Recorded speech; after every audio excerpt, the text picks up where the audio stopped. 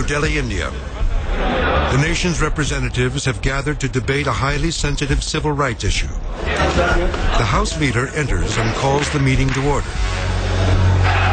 Suddenly, members of the minority party rush the bench, triggering a violent free-for-all on the assembly floor.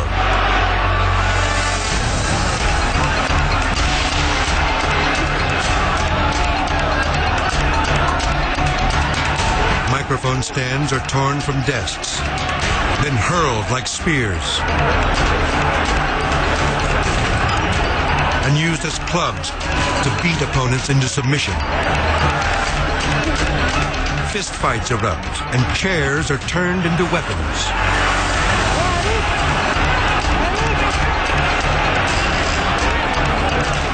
Frightened lawmakers run for cover and hide under the tables. The enraged politicians continue pummeling each other as the House leader's desperate pleas to end the brawl are ignored.